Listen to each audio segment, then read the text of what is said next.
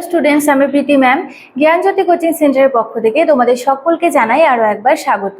তো আজকে আমি তোমাদের third semester major education paper 3-র একটি গুরুত্বপূর্ণ টপিক নিয়ে চলে এসেছি। তো আজকে আমার আলোচনার বিষয় হচ্ছে বাংলা নবজাগরণের বৈশিষ্ট্যগুলি কি কি ছিল, ঠিক আছে, ক্যারেক্টারিস্টিকগুলি কি ছিল সেই সব কিন্তু আজকে তোমাদের সঙ্গে আলোচনা করব।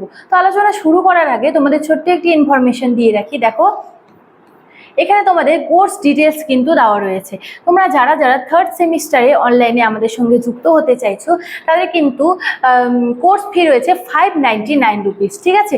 তো তোমরা যারা যারা আমাদের সঙ্গে যুক্ত হতে চাইছো, দেখো নিচে দুটো নাম্বার দেওয়া আছে, 7076398606 এবং 6295916282। এই দুটি নাম্বারের মধ্যে যে কোনো একটি নাম্বারের সঙ্গে যোগাযোগ করে তোমরা আমাদের সঙ্গে যুক্ত হয়ে যেতে পারো। তো চলো দেরি না করে আমি আমার আলোচনার বিষয়ে ফিরে যাচ্ছি। দেখো, হ্যাঁ, বাংলা নবজাগরণের বিভিন্ন বৈশিষ্ট্য ছিল। এখানে আজকে তোমাদের সঙ্গে কয়েকটি বৈশিষ্ট্য নিয়ে আমি আজকে আলোচনা করব। প্রথমত যেটি রয়েছে সেটা হচ্ছে, দেখো, শহর কেন্দ্রিক, ঠিক আছে। বাংলা নবজাগরণের ব্যাপ্তি ছিল খুবই সীমিত, ঠিক আছে। তা ছিল মূলত শহর কেন্দ্রিক, বিশেষ করে কলকাতা কেন্দ্রিক। অর্থাৎ বাংলার যে নবজাগরণ অর্থাৎ বেঙ্গল রেনেসাঁস যে হয়েছিল এটা কিন্তু খুব সীমিত ছিল, ঠিক আছে। এর ব্যাপ্তি কিন্তু খুব সীমিত ছিল এবং মূলত এটি শহর কেন্দ্রিক অর্থাৎ কলকাতা কেন্দ্রিক, বিশেষ করে কলকাতা কেন্দ্রিক কিন্তু এটা হয়েছিল, ঠিক আছে। দ্বিতীয়, দেখো, উচ্চ শিক্ষিত মধ্যবিত্তদের প্রাধান্য। তাহলে কি বাংলার নবজাগরণে যে বৈশিষ্ট্য রয়েছে এর মধ্যে একটি গুরুত্বপূর্ণ হচ্ছে কি, এখানে উচ্চ শিক্ষিত মধ্যবিত্তদের প্রাধান্য।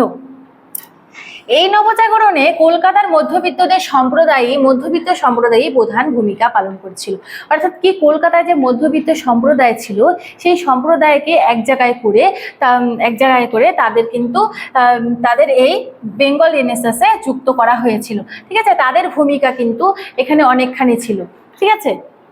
শিক্ষিত মধ্যবিত্ত সম্প্রদায় ছিল এর ধারক ও বাহক, কিন্তু গ্রাম বাংলার সাধারণ মানুষ এর স্বাদ থেকে বঞ্চিত হয়েছিল, ঠিক আছে। গ্রাম বাংলার কিন্তু প্রচুর মানুষ, অসংখ্য মানুষ এই বাংলা নবজাগরণের স্বাদ থেকে কিন্তু বঞ্চিত হয়েছিল। এই কারণেই অধ্যাপক অনিল শীল এই জাগরণকে এলিটিস্ট আন্দোলন বলে অভিহিত করেছে, ঠিক আছে। এরপর দেখো, তৃতীয় যে বৈশিষ্ট্যটি রয়েছে এটা হচ্ছে খুব গুরুত্বপূর্ণ, হিন্দু সমাজের জাগরণ, ঠিক আছে। হিন্দু সমাজকে কিন্তু জাগরণ করা হয়েছিল এই নবজাগরণে। এই জাগরণ কেবলমাত্র হিন্দু সমাজের মধ্যে ছড়িয়ে পড়েছিল, তাই এই জাগরণ প্রকৃতপক্ষে হিন্দু জাগরণবাদের পর্যবেসিত হয়, ঠিক আছে।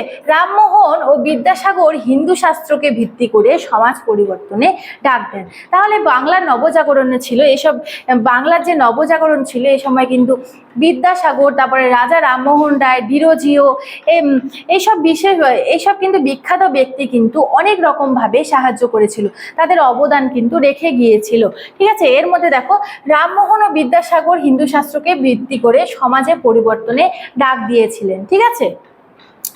এরপরে দেখো, মানবতাবাদী আন্দোলনে অনুপস্থিত।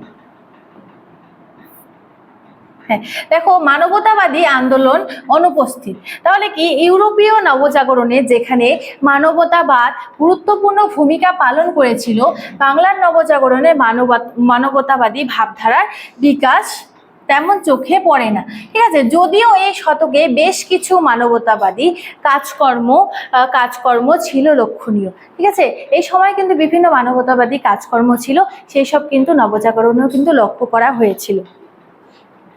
এরপরে যে বৈশিষ্ট্য রয়েছে বাংলা নবজাগরণে সেটি হচ্ছে, দেখো, এখানে দেওয়া রয়েছে ব্রিটিশ নির্ভর জাগরণ।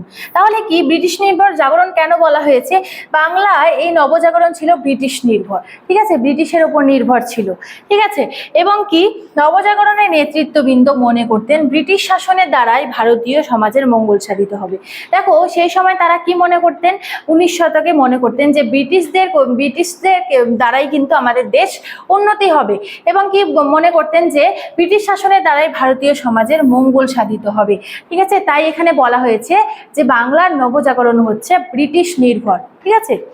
তো আজকে আমি তোমাদের সঙ্গে 4টে পয়েন্ট নিয়ে আলোচনা করলাম যে বাংলার নবজাগরণ হচ্ছে শহর কেন্দ্রিক, এখানে উচ্চ শিক্ষিত মধ্যবিত্তদের প্রাধান্য সবচেয়ে বেশি রয়েছে, ঠিক আছে, এবং হিন্দু সমাজের জাগরণ এখানে হয়েছিল, অর্থাৎ কলকাতায় যেসব হিন্দু ছিল, কলকাতা আমরা বলতে পারি, অর্থাৎ এটা কিন্তু কলকাতাকে কেন্দ্র করেই গড়ে উঠেছিল, ঠিক আছে। মানবতাবাদী আন্দোলনে অনুপস্থিত ছিল সেখানে, এবং ব্রিটিশ নির্ভর জাগরণ কিন্তু এখানে মূল বৈশিষ্ট্য হিসেবে কিন্তু ধরা হয়ে থাকে, ঠিক আছে।